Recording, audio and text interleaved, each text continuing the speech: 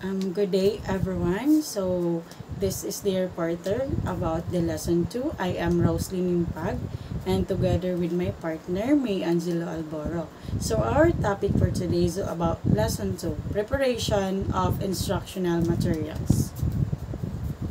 So, also known as teaching learning materials or TLM, are any collections of materials including animate and inanimate object of human and non-human resources that a teacher may use in teaching and learning situation to help achieve desired learning objectives. Instructional materials also may aid students in criticizing a learning experience so as to make learning more exciting and interesting and interactive. So the teaching learning material, so it is the one of the important as a teacher. So it is you include the learning materials because as a teacher it is the use or it is the materials that you need to prepare, especially in teaching. So it is also help the teacher to achieve the learning to help the learners to achieve their learning objectives. And also the learning materials or teaching learning materials, so it is give the students exciting, and dapat ang students nimo is naa sila ganahan sila, and also they have a interest your lesson. Next is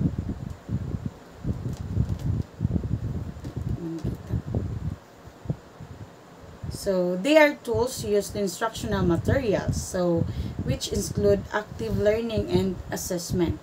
This include the lectures, reading, textbook, multimedia, components, and other resources in a course. These materials can be used both face-to-face and online classroom.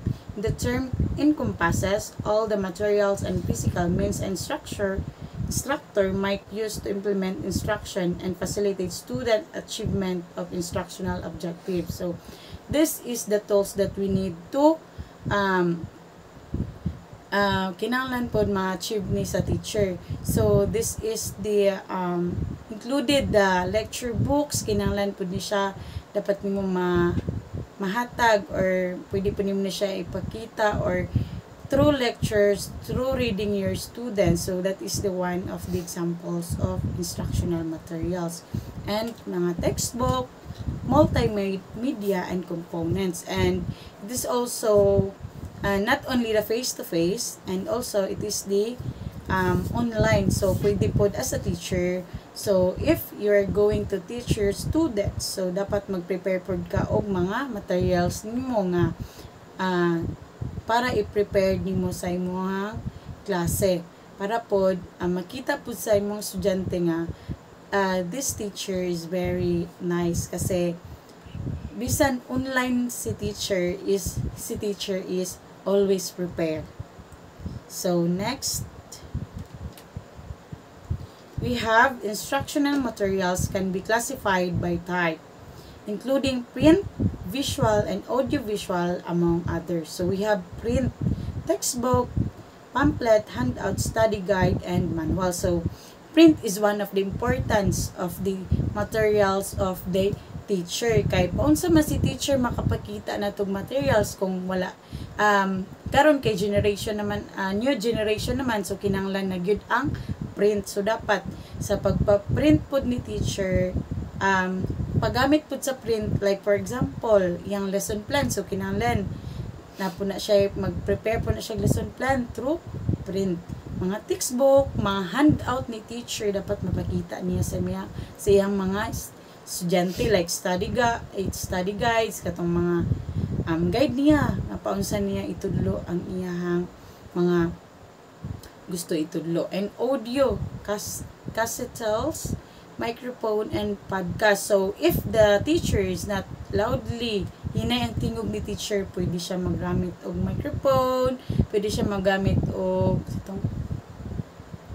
lapel. So that is one of the materials that we need to dapat si teacher is be ready, kay na teacher na ang hina-hina ng boses. So next, is visual. Chart, real object, photograph, and transparency. So, it is one of the importance of materials as a teacher. So, dapat magtudlo ka, magpakita ka, especially in elementary. Dapat si teacher, dili lang yun nga, kaning nga picture, or kining naa sa screen, dapat ka to lang yung ipakita. Dapat na po kay real object para po makuha ni mga interest ng estudyante, para po ganahan sila. So, that is one of the importance.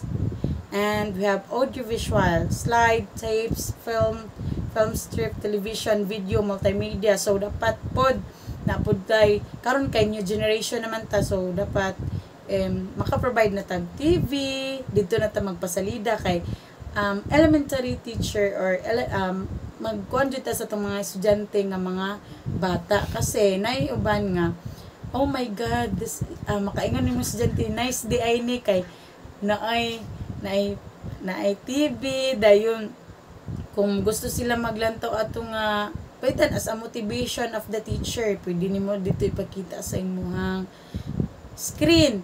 And then also kanang magkuan na po si teacher mag siyang lesson, pwede na po siya dito magbuhat og mga slides magpakita sa iyahang presentation.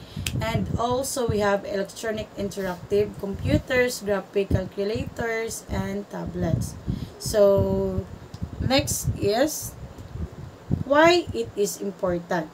So, textbook, pamphlet, handout, study guides, manual, cassettes, microphones, podcast, charts, real object, photograph, transparent slide tapes, and television, multimedia, computers, information that student will be experienced, learn, and apply during this course. So, it is most important today. The students must learn or must experience this kind of the materials, especially the photograph, so mga television, mga video. So dapat makabakuan na ang mga estudyante ani, maka-experience na pud sila kay new generation naman ta, kay sa una kuan lang man more on gamit lang yun ang kuan sulat ni teacher. Karon na naman pwede na magpa-print, pwede na magpakita sa television. So it is hold the power of either engage or demotive students. This is especially through our online courses. They rely on the thoughtful and complete collection of instructional materials that student will access, explore, absorb, and reference as they proceed in a course. So this is the one of the important, especially balik-balik na punta, especially today in our generation. So dapat ang gustong estudyante is maka-access na ani nga mga materials or mga gipang i-provide nato ni sa atuang school nga dapat ma-apply pod ni sa atong mga estudyante.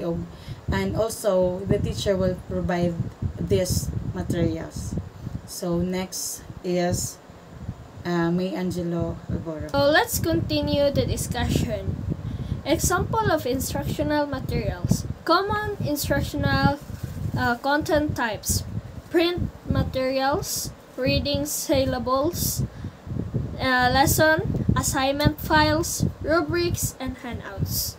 So, dari is kinahanglanon dyan nato nga print materials, reading syllables, para po makita po sa mga estudyante nimo if magtudlo na ka kanang visible sa luyo, dapat visible sa luyo, dapat dili siya gamay kaayo, dapat kita hanggang sa likod. Dayon lesson, kailangan nimo i-print pod ang mga lesson kay unsa may sunan sa mga bata or unsa man imuhang i-discuss nato sa tubangan, masabtan og dali sa mga bata. So assignments files, diba, at the end of the maghatag man jud mo assignments. So mao to imuhang i-attach dato sa imuhang blackboard, dayon ipakuan nimo sa mga bata, ipasulat kay para dili nila malimtan ang ilahang assignment. Next is rubrics. Kani kay ginabuhat nato ni siya during sa activity.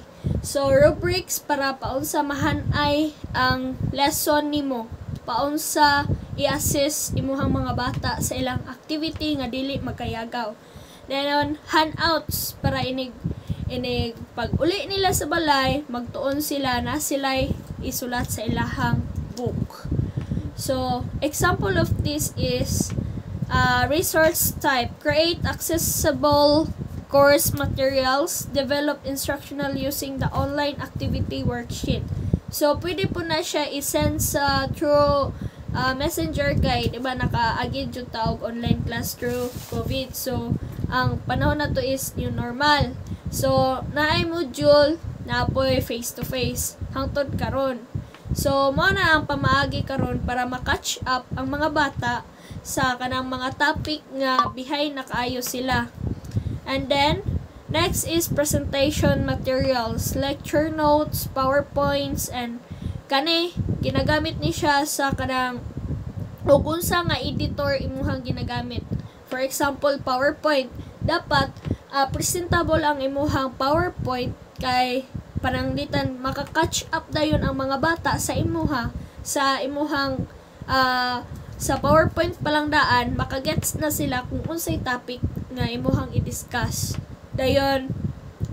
For example, sa mga editor na ay mga Adobe dayon. And then let's proceed to preparation of instructional materials. Study time. Time required for lesson or unit including any associated activities. Example, tutorials, assessment. So, study time, kinahanglanon jud kayo ni nato. Kanang sa ato ang lesson, dapat kabaluta if mangutana ang estudyante, matubag nato og unsa ilahang mga curiosity.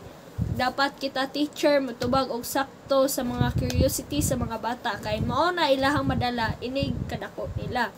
And then aims, a brief statement of the main aims of the lesson or a unit. So aims is objective nato ni na ay cognitive, psychomotor, and affective. So mao jud na ang kinahanglanon sa sa objective nimo para ma-attain sa mga bata. And then is content, kung unsay sulod sa imuhang lesson. So, list of the main topic, headings. So, for example, types of soil. Ibutang nimo dadto, types of soil. And then, imuhang i-discuss na dayon ang flow sa imuhang lesson, dapat mauto siya. And then, brief content or summary. Para dali masabtan sa mga bata, dili na ka more on wording, dapat in kanang direct to the point na ka mag-discuss sa ilaha, like what is types of soil, ana butang na dayon nimo. Dayon, list of new and technical terms used in lesson or unit. So unsa imuhang ginagamit, unsa nga strategy, unsa ang imuhang para ma-catch up ang attention sa mga bata. And then next is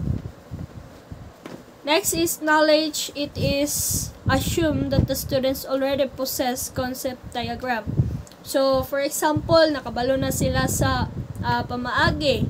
Dayon kanang nag-assess na ka sa ilaha, nagbuhat na kag assessment unsa ang kalabasan sa imuhang kanang lesson.